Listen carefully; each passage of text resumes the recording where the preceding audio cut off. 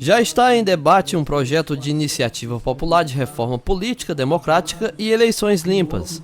A coalizão, articulação da sociedade brasileira, que é composta atualmente por 95 entidades, movimentos e organizações sociais, entre as quais a Ordem dos Advogados do Brasil, a Conferência Nacional dos Bispos do Brasil, o Movimento de Combate à Corrupção Eleitoral, o Conselho Nacional das Igrejas Cristãs, faculdades e escolas, entre outras, estão se mobilizando para colher mais assinaturas. Uma cartilha lançada pela coalizão mostra o Congresso por representação. Empresários têm 3 vezes mais representantes que sindicalistas, ganhando das bancadas ruralistas, saúde, comunicação, evangélicos, feminina e ambientalistas. A pesquisa feita a pedido da Ordem dos Advogados do Brasil aponta que 85% dos eleitores mostram ser a favor dessa reforma, 78% contra o financiamento de campanha por empresas, 90% apoiaram uma punição mais rigorosa ao Caixa 2 de campanha, 56% defenderam que a eleição seja feita em torno de propostas e lista de candidatos, e 92% opinaram a favor de um projeto de lei de reforma política de iniciativa popular. Aconteceu no dia 27 de janeiro de 2015,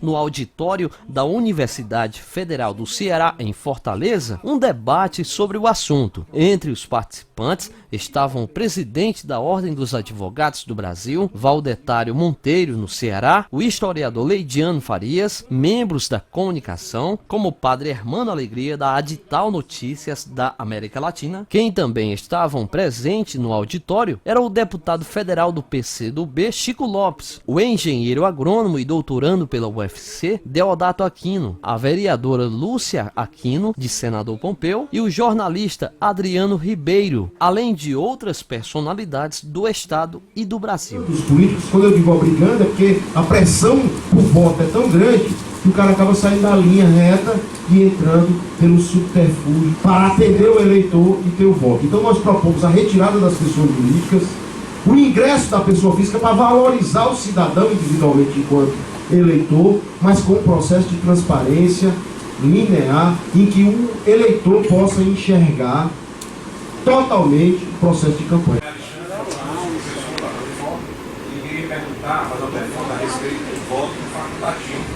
Se isso está em alguma dessas propostas, isso é uma parte. Outra parte que eu queria comentar é por que o voto nulo ou o voto em branco, ele não é considerado válido, já que houve uma época no Brasil, pelo Código Eleitoral, o voto branco era válido, depois passou-se a ser inválido para as proporcionais. É desse tipo, 95% do financiamento de campanhas do Brasil, 95% é feito por empresas, grandes empresas, e dentre as empresas uma minoria, no geral, empreiteiras, muito grandes. É isso hoje que manda, que decide, né, no Brasil. Ele diz, olha, o Brasil vive uma crise de destino. Eu acho que isso está colocado para nós. Né? E qual é a contradição fundamental do momento atual que nós vivemos? A contradição fundamental é que existe um sentimento na sociedade, do povo brasileiro, do ponto de vista do conteúdo. Essa proposta é muito boa. O debate sobre a conjuntura política e econômica aqui na UFC mostra uma grande preocupação sobre como o Brasil pode chegar a uma reforma política. E hoje vemos que a grande parte de contribuição às campanhas eleitorais são das grandes empresas. É possível para a OAB levar esse debate para municípios como Senador Pompeu Milhã, deputado Irapuã Pinheiro, Piquet Carneiro, entre outros? Com certeza, a ideia da Ordem dos Advogados do Brasil é levar essa participação em debate para todo o estado do Ceará. A coalizão é formada pela Ordem, pela CNBB, e por mais de 100 entidades que querem conscientizar a população da necessidade de uma reforma política. Uma reforma política enxuta, objetiva, fácil de compreender pela população, para que a gente possa mudar o país no momento mais do que oportuno, de retirando o poderio econômico do processo eleitoral e reforçando a participação popular. Quais são os principais pontos que a OAB, entre as outras instituições que estão formando essa coalizão, defendem? São 4 eixos principais: uma maior participação das mulheres, que já são maioria da população, a retirada da doação das pessoas jurídicas com financiamento público de campanha misto, com financiamento de pessoas físicas limitado ao valor de R$600 e a 40% do valor das contribuições. Um segundo turno também nas eleições de vereadores e deputados, permitindo que as pessoas conheçam as propostas dos partidos e, a partir das propostas dos partidos, possam, no segundo turno, votar nos candidatos proporcionalmente daqueles partidos. Isso forma uma mudança de postura para que nós possamos conhecer melhor e mais profundamente as ideias e deixarmos de personalizar o processo eleitoral. Deputado federal Chico Lopes, o senhor acha que o Congresso Nacional tem interesse nessa reforma política? Não. Não tem mais. A ficha limpa, por exemplo, que muda a opinião de deputado quando as assinaturas vêm da base.